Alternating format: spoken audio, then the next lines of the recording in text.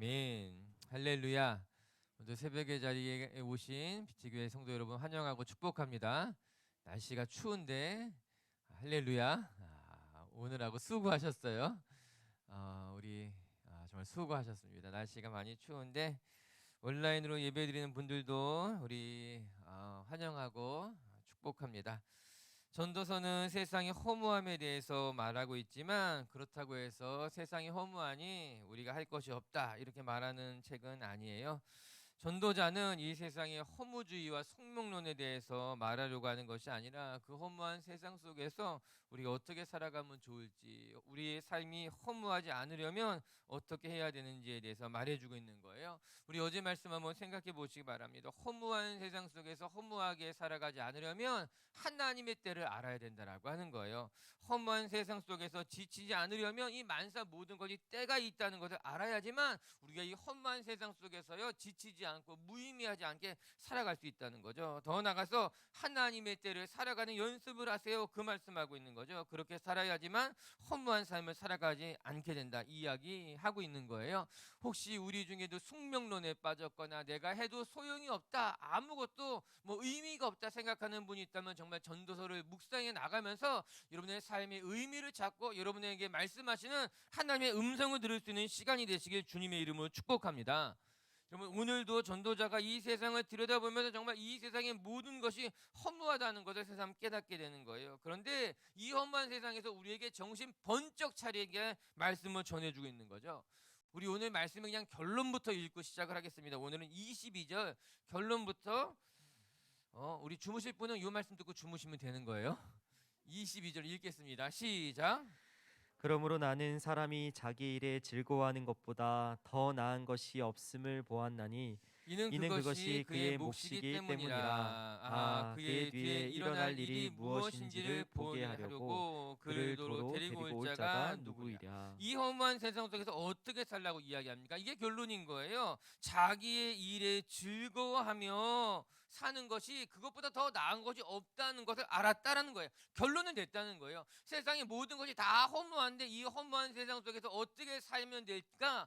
내게 맡겨진 일을 깨닫고 그것에 감사하며 살아가는 것이 좋다. 이거 우리가 두 가지 중요한 의미를 발견하게 되는데요. 첫 번째, 남의 것 부러워하지 말고 자기 일을 하며 살아가는 것, 그것이 가장 좋은 일이라는 거예요. 자기 일을 만족하며 살아가는 것이 제일 좋다는 거예요. 두 번째, 자기 일을 어떻게 감당하는가? 슬퍼하지 말고 허무해하지 말고 낙심하지 말고 자기에게 맡겨진 일을 즐겁게 살아가는 것이 중요하다고 말하고 있는 거예요.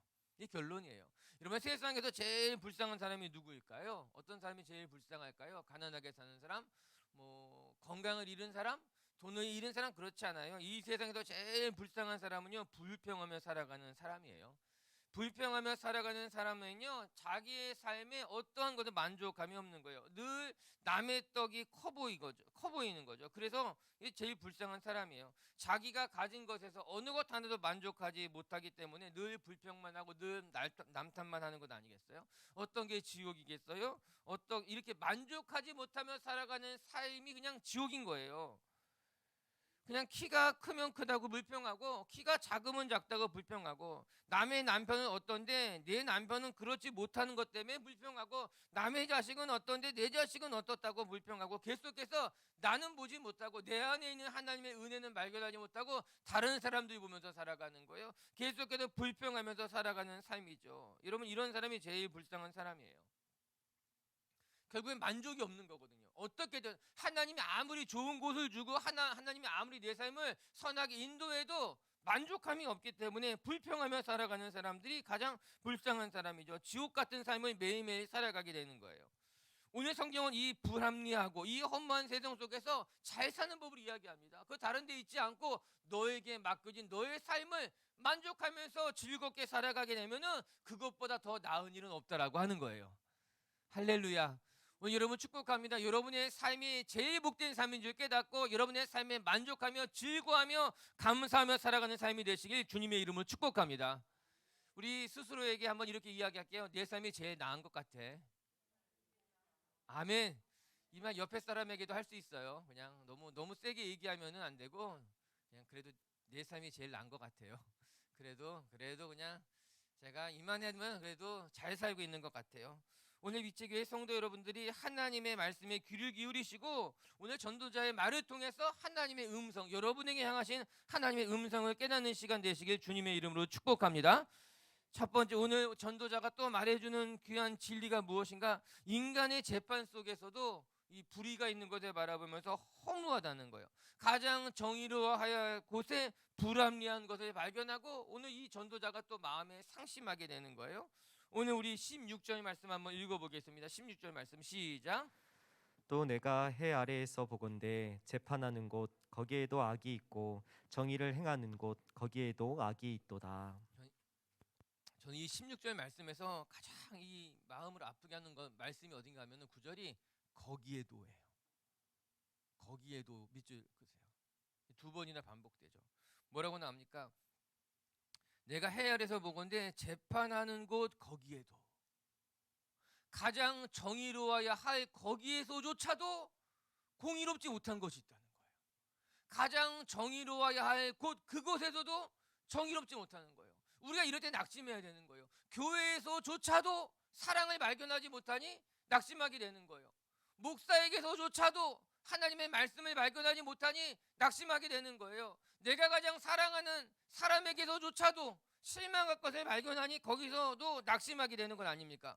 오늘 말씀이 너무나 우리에게 참 우리 마음을 아프게 하는 거예요. 가장 정의로워야 할 그곳에서조차도 불공정한 것이 보이게 됐다는 거예요. 불의한 것을 발견하게 됐다라고 하는 거예요. 가장 정의로워야 할 그곳에조차도 부조리한 것을 발견했다라고 하는 거예요. 전도서를 지은 사람은 솔로몬 왕이에요. 왕이 해야 하는 가장 중요한 것 중에 하나는 재판하는 일이에요. 가장 중요한 일은 왕이 재판하게 되는 것이죠. 그렇기 때문에 이 왕이라고 하는 자리는, 이 솔로몬은요, 재판에 있는 모든 정보를 다 가지고 있어요. 힘이 있어요. 오늘 이 재판하는 이 글을 쓰고 있는 솔로몬이라고 하는 사람은 모든 재판의 정보를 가지고 있고 그 재판의 속사정까지 알 수 있는 사람인 거예요. 그래서 이 솔로몬이 모든 재판을 다 들여다보니까는 불의한 거예요. 아니, 내가 보니 이거 공정하지 못한 재판인데, 재판관이 사람들은 다 속여도 이 솔로몬은 속일 수가 없는 거죠. 모든 정보를 다 가지고 있으니까 불의한, 공정하지 못한 거예요. 그러면 제 생각에는 솔로몬이 고치면 되지. 불의한 재판을 보면 솔로몬이 그 재판관을 파직시키거나 면직시키거나 불의한 심판을 바꾸면 되지. 왜 허무하다고 불의하다고 말하는가? 오늘 전도서가 그 말하고 있는 것이 아니라고 하는 거예요. 거기에서도 조차도 라는 이 말은 무슨 말하고 있는 건가 하면은 정말 가장 공의로워야 할 그곳에서조차도 불의한 것이 있으니 이 세상 모든 자리가 다 허무할 수밖에 없다는 거예요. 이 세상에서 이 불의하지 않은 곳을 찾을 수가 없다라고 그 말하고 있는 거예요. 재판하는 곳에서조차도 공의와 정의를 찾아볼 수 없으니 너무나 안타깝다. 저는 솔로몬의 말에 동의하게 됩니다. 아니, 우리 모두가 이 솔로몬의 말에 동의할 수 있어요. 가장 공정해야 할 것만 같은데 가장 불공정하죠. 불평이 많이 나오는 곳이 어디예요? 재판소예요. 그래서 심지어 재판소는 어떻게 합니까? 3소까지 3번까지 하는 거예요. 재판 받고 다시 고검 가고 대법원까지 가고, 거기서도 뭐 만족하지 못하면 헌법소원도 하게 되고, 가장 공정해야 할 곳에서 사람들이 모두 다 만족을 하지 못한다는 거예요. 공정하지 못하다는 거예요. 나 한 번 더 하겠다는 거예요. 한 번 더 받아보겠다는 거예요. 한 번 더 받아보겠다라고 하는 거예요. 무전유죄라고 말하고 유전무죄라고 말하고 정치적인 입장에 따라서 재판이 이루어지고, 법정을 바라보면요, 소망이 없어 보이는 거예요. 아, 정말 우리가 살고 있는 이 세상이 공정할까? 아니, 어떤 사람은 이렇게 이야기하더라고요. 법관을 AI로 해야 된다라고 하는 거예요. 사실 이 법관이라고 하는 것이 여태까지의 모든 판례를 가지고 판단하는 것이니 모든 판례를 다 AI에 다 데이터에 다 넣은 다음에 그 판례에 따라서 그냥 다른 거 보지 말고 정치적인 입장도 보지 말고 뭐 딴 것도 생각하지 말고 그 판례를 다 AI에 다 집어넣고 그 맡기는 것이 가장 공정하고, 그러면 내가 승복할 수 있을 것만 같고, 그 말 들어보니까 그럴 것도 같은 거예요. 그렇지, 그냥. 그런데 얼마나 비극이에요. 우리가 만든 AI가 인간이 만든 기계에게 인간이 스스로 판단을 받겠다는 거죠. 인간이 너무 불공정하니까는, 사람들이 너무나 불공정하니까는, 우리가 살아가는 세상이 불공정하니까는 내가 만든 기계한테 내가 심판을 받겠다고 하는 것이 이 너무나 안타깝죠. 너무나 비극이죠. 너무나 속상하다라고 하는 거예요. 그러면 오늘 전도자의 이야기에서 우리가 배울 것이 무엇인가? 사람들이 사는 곳에서 어디나 이런 불의와 불공정이 있다라고 하는 거예요. 그렇기 때문에 우리의 삶이 허무할 수밖에 없죠. 하지만 전도서 기자는, 성경은 여기서 멈추라고 말하지 않고 오늘 두 가지 아주 중요한 교훈을 가르쳐주고 있는데, 재판하는 그곳에서도 불의하다. 그러나 너는 이 불의한 세상 속에서도 정의롭게 살아갈 수 있겠느냐, 이 말씀하고 있는 거예요. 그럼 제가 미가서 말씀 한번 읽어드릴까요? 같이 한번 우리 미가서 6장 8절 말씀 한번 읽어볼까요? 미가서 말씀이에요. 시작. 사람아, 주께서 선한 것이 무엇임을 내게 보이셨나니 여호와께서 내게 구하시는 것은 오직 정의를 행하며 인자를 사랑하며 겸손하게 내 하나님과 함께 행하는 것이 아니냐. 아멘. 저는 이 전도서를 묵상하면서 흥미로운 것 하나 발견했는데, 전도서 기자가 고민하는 것을 어디에서 많이 발견하게 되는가 하면은 선지서 말씀에서 발견하게 되는 거예요.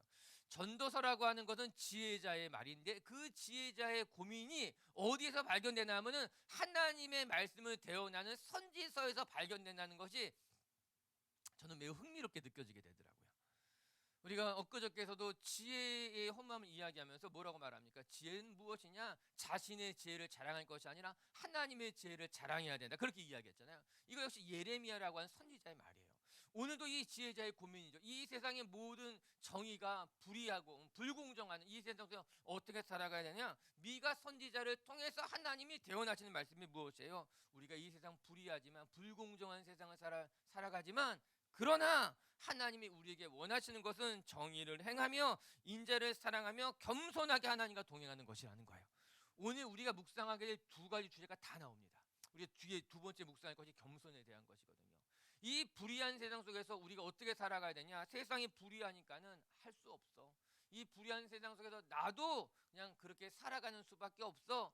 뇌물이 필요하면 뇌물을 사용하게 되고, 사람의 도움을 받아야 되면 사람의 도움을 받아야 되고, 나도 정치적인 입장에 서서 그렇게 나를 위해서 정치적인 판단을 내려야만 되고, 이 말씀하고 있는 것이 아니라, 그래도 세상이 아무리 불공정하다 하여도 너는 하나님의 백성은, 하나님의 자녀는, 하나님이 원하시는 것은 오직 정의를 행하고, 이렇게 이야기하고 있는 거예요. 오늘도 우리 빛의교회 성도 여러분, 정말 이 허무한 세상, 재판정에서조차도, 거기에서조차도 불의가 가득한 세상 속에서도 우리 빛의교회 식구들은 정의롭게, 공의롭게, 의롭게 살기를 결단하고 다짐할 수 있는 성도님들 되시길 주님의 이름으로 축복합니다. 그리고 두 번째, 어떻게 살아가야 되는가? 오늘 17절의 말씀 한번 읽어볼까요? 17절의 말씀 시작.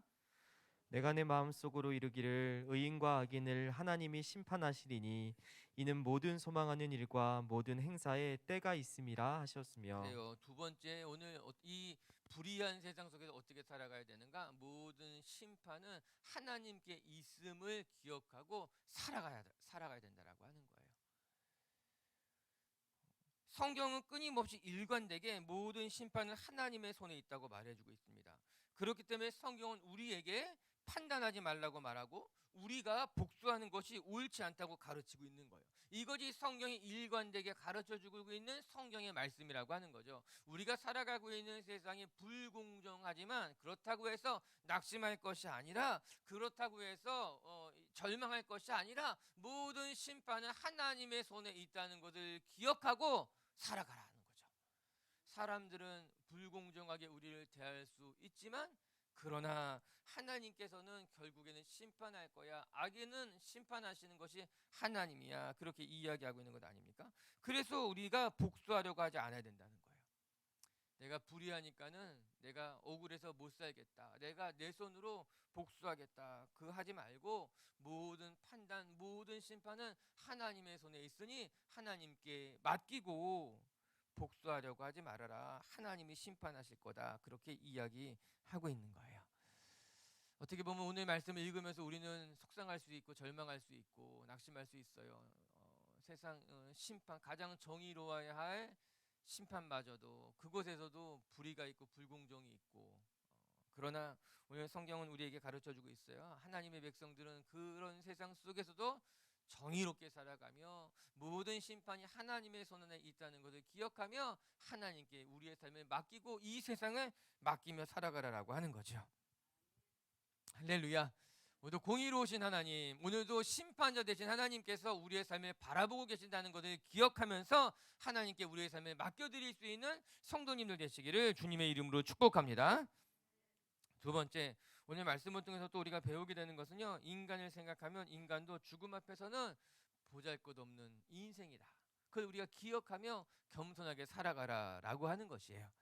이제 18절과 19절의 말씀을 또 읽어보도록 하겠습니다. 시작.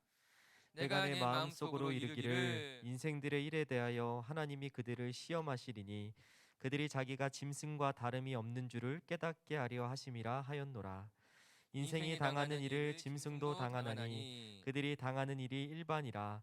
다 동일한 호흡이 있어서 짐승이 죽음같이 사람도 죽으니 사람이 짐승보다 뛰어남이 없음은 모든 것이 헛됨이로다.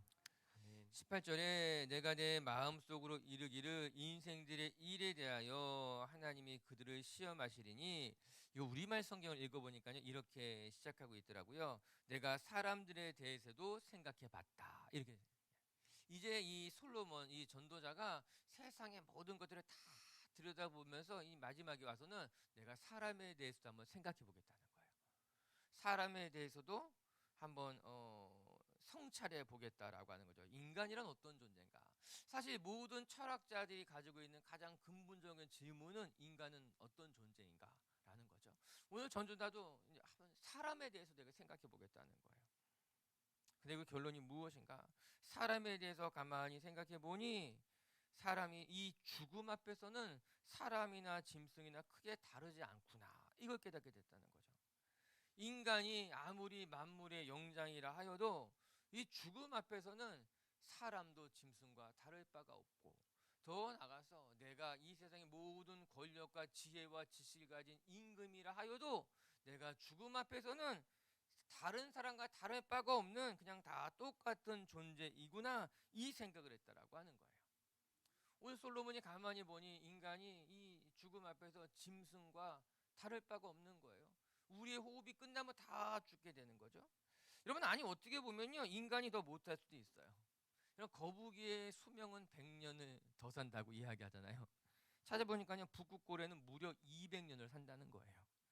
그린란드 상어는 270년 정도를 살게 된다라고 하는 거예요. 그것에 비하면 인간의 삶은 얼마나 짧습니까? 인간이 대단한 것 같지만 인간이 살아가는 삶에 대해서, 지난번에 어디 가다가 이제 그 나무를 한 그루 봤는데 그게 350년 됐다는 거예요. 그 마을에서 일어난 모든 생사고락을 그 나무가 다 지켜봤다는 거죠. 참 인간이 대단한 것 같지만요 사실 인간이 그렇게 대단한 존재가 아닌 거예요. 시간 앞에서 인간이란 존재는 똑같은 피조물임에 불과하다라고 하는 거죠. 짐승이나 사람이나 인간이 아무리 대단해 보여도 지나가는 강아지나 고양이보다 사람이 더 위대하나? 죽음 앞에서는 다 똑같다는 겁니다. 시간 앞에서는 다 소멸해 가는 존재다, 그렇게 이야기하고 있는 거예요.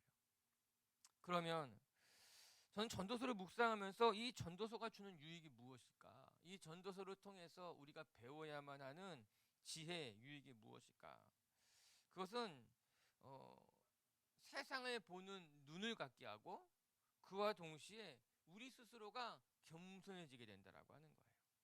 오늘 전도자가 이 세상이 허무하다는 것을 깨닫게 되면서부터 오늘 전도서가 갖게 되는 유익이 무엇인가 하면은, 인간이 참 작은 존재이구나. 인간이 대단한 줄 알았는데 이 죽음 앞에서 인간은 아무것도 아닌 존재, 작은 존재이구나 깨닫게 됐다라고 하는 거예요. 가장 작은 동물을 보더라도 하찮게 보는 것이 아니라 우리가 겸손해지게 된다라고 하는 겁니다. 저는 이것이 전도서를 묵상하는 가장 큰 유익이라고 생각해요. 정말 헛되고 또 헛되다 말하는 이 전도서에서 배울 수 있는 가장 귀한 교훈은 인간이 겸손해지는 거예요. 내가 참 작은 존재라는 것을 알게 된다라고 하는 것입니다. 우리는 하나님이 지으신 이 모든 피조 세계를 바라보면서 우리가 다 똑같은 피조물에 불과하다. 내가 좀 잘난 것만 같아도 내 마음이 높아져서는 안 된다라고 하는 거예요. 내가 좀 이룬 것만 같아도 그것 때문에 교만해져서는 안 된다라고 하는 거예요. 오늘 말씀을 보시기 바랍니다. 사람에 대해서 생각해 봤는데 내가 짐승과 다를 것이 없구나. 죽음 앞에서는 사람이나 뭐 짐승이나 이 큰 시간 속에서 소멸하는 존재임에는 틀리지 않다라고 하는 것입니다. 여러분 20절 말씀 한번 읽어볼까요? 20절의 말씀 한번 시작. 다 흙으로 말미암았으므로 다 흙으로 돌아가나니 다 한 곳으로 돌아가거니와. 그렇죠. 우리가 다 흙으로부터 말미암았으므로 흙으로 돌아가는 것이 당연한 일이라고 하는 거예요. 여러분 우리는 흙으로 돌아갈 인생임을 기억하며 살아야 됩니다. 어쩌면 태어나면서부터 우리의 삶은 서서히 흙을 향해 나아가는 인생이라고 하는 거예요. 그런 면에 있어서 저는 우리 빛의 교회 성도 여러분들이 정말 이 전도서를 묵상하면서 또 오늘 이 말씀을 대하면서 사람이라고 하는 것이 대단한 것 같지만 시간 앞에서 소멸해 가는 인생, 그냥 죽음 앞에서는 우리 사람이 대단한 것이 아님을 깨닫고 정말 하나님 앞에 작은 존재이구나 겸손함을 배울 수 있는 성도님들 되시길 주님의 이름으로 축복합니다. 벼도 익을수록 고개를 숙인다는 말이 있듯이 시간이 지날수록 우리 빛의 교회 성도님들도 겸손해져서 머리를 숙일 줄 아는 사람, 내가 얼마나 작은 존재인지를 깨닫는 사람 되시기를 주님의 이름으로 축복합니다. 근데 여러분 이걸 아십니까? 내가 작은 존재임을 깨닫게 되는 순간 비로소 하나님의 위대함이 보이게 되는 거예요. 내가 정말 작은 인생이구나를 깨닫게 되면 비로소 하나님 앞에 경배하게 된다라고 하는 거죠. 인간이 우주 앞에 정말 작은 존재이구나. 그것을 깨닫게 되면 이 온 우주를 창조하신 하나님을 바라볼 수 있게 되고 경배할 수 있게 되는 것이지요. 할렐루야. 그렇게 우리 빛의 교회 성도 여러분들도 정말 우리가 하나님이 지으신 피조물에 불과하다는 것을 기억하며 정말 겸손하게 창조주 되신 하나님을 예배하고 경배할 수 있는 성도님들 되시기를 주님의 이름으로 축복합니다. 그러면 어떻게 되냐? 결론으로 그래서 22절의 말씀이 나오는 거예요. 참 우리가 작은 존재인데 이 세상 앞에서 아무것도 아닌 존재인데 그럼 어떻게 살아가면 됩니까? 묻는 질문 앞에 오늘 솔로몬이 이렇게 대답하고 있어요. 결론처럼요. 22절 읽겠습니다. 시작. 그러므로 나는 사람이 자기 일에 즐거워하는 것보다 더 나은 것이 없음을 보았나니 이는 그것이 그의 몫이기 때문이라. 여기까지 읽을게요. 그러므로 이렇게 끝내. 그러므로 우리가 살아가는 삶을 들여다보니 우리가 참 아무것도 아닌 존재예요. 그러므로 어떻게 살면 됩니까? 22절에 사람이 하나님이 주신 자기의 일에 만족하며 그것을 즐거워하며 살아가는 것이 그냥 우리가 살아가는 삶의 전부입니다. 이 말씀 하고 있어요. 저는 솔로몬의 답변, 이 전도자의 답변이 참으로 놀랍습니다. 이 작은 인생에 살아가는 삶의 비결이 무엇인가? 하나님이 내게 맡겨진 나의 삶을 만족하며 즐거워하며 살아가는 것이 그것이 지혜로운 삶이다. 성경이 그렇게 이야기하고 있는 거예요. 오늘도 우리 빛의 교회 성도 여러분, 세상이 허무하다고 또 이 인생의 어떤 숙명론과 같이 바꿀 수 있는 것이 뭐가 있겠는가? 또 그렇게 낙심하며 살아갈 것이 아니라 또 우리가 마음이 교만해져서 대단한 줄을 착각하며 살아가는 것이 아니라 언제나 하나님 앞에 겸손하게 나는 그냥 하나님이 지으신 피조물에 불과합니다 고백하면서 여러분에게 맡겨진 그 삶의 자리를 잘 지켜나가시는 성도님들 되시기를 주님의 이름으로 축복합니다. 오늘 말씀을 정리하도록 하겠습니다. 오늘 전도서 기자는 이 허무한 세상 속에서 허무하게 살지 말고 하나님이 주시는 일, 하나님이 맡겨진 삶의 자리에서 즐거워하며 만족하며 살아가는 것이 중요하다고 가르치고 있는 거예요. 오늘도 우리 빛의교회 성도 여러분들이 이 허무한 세상에서 여러분의 삶의 의미를 발견하고 하나님께서 맡기신 것을 잘 감당할 줄 아는 성도님들 되시기를 주님의 이름으로 축복합니다. 첫 번째 오늘 말씀이 주는 귀한 교훈은 재판하는 곳에서조차도 불의한 것을 발견한 솔로몬이 우리에게 고백하고 있는 거죠. 세상 모든 것 속에서 불의가 있고 공의롭지 못하고, 그러나 하나님의 자녀들은 이 불의한 세상 속에서도 정의롭게 살아가야 된다는 거예요. 더 나아가서 모든 심판은 하나님의 손에 있다는 것을 믿고 내가 복수하려고 하지 말고 내가 판단하려고 하지 말고 하나님 앞에 맡기며 살아가라, 그렇게 이야기하고 있습니다.